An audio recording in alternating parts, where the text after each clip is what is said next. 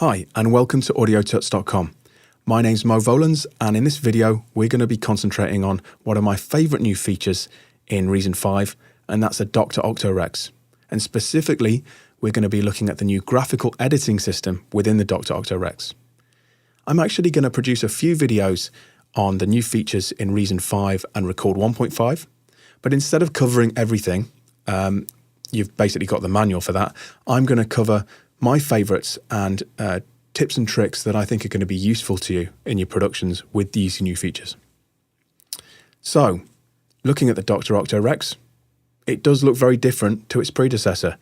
It's now a two-part interface, and in this top part of the interface, we select up to 8 different loops, and these could be 8 variations or 8 completely different loops, and they can be triggered in succession.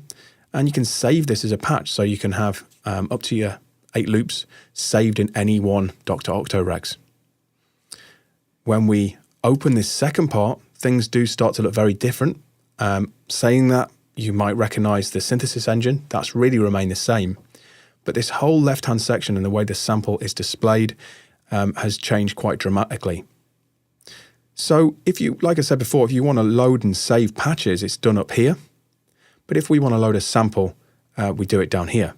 So it's sort of similar to the other samplers like the NNXT and modules within the Kong Drum Designer, in that we've now got a patch load and save area and a sample load area. So you can see this is an initialized Dr. OctoRex. There's nothing loaded. Let's get something loaded up. Okay, so I've just loaded a basic synth string or synth pattern, and it's going to be useful for demonstrating the effects and demonstrating the features that I want to show you. So I'll run it and show you what we've got.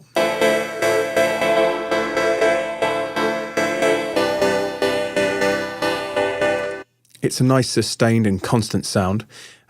You'll notice that nothing really changes when I play here, but if I press the select slice by MIDI, and this was in the original OctoRex, you should see the sample move along and show you which slices are being played.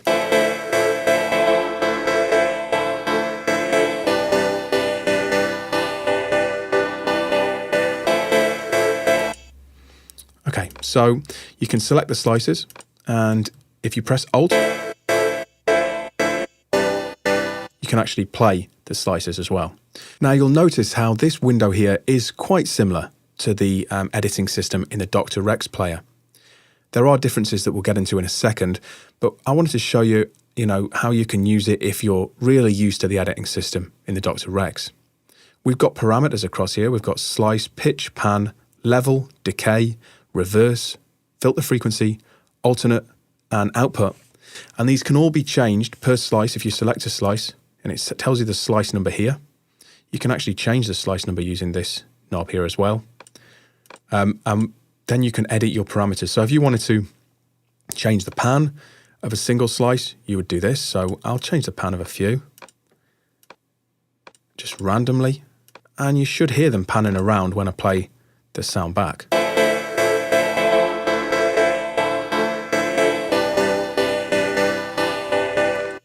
Great. Now we can do this with pitch. We can do it with decay.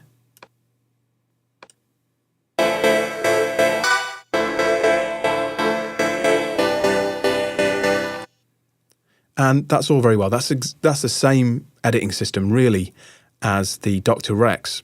There are a few extra things in here, like the reverse is on and off obviously, but we didn't have that in the OctoRex, and we didn't have this alternate mode. I'll get into those in a second.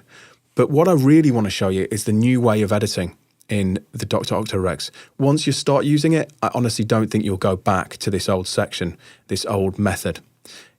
It's just one button, and you just hit this slice edit mode down here. And it brings up this graphical editor. Now this is brand new, and it's a really different way of editing. It's, gets you similar results, but I think it's much quicker, and I think it's much more hands-on. So if we go to reverse, for instance, we can draw in.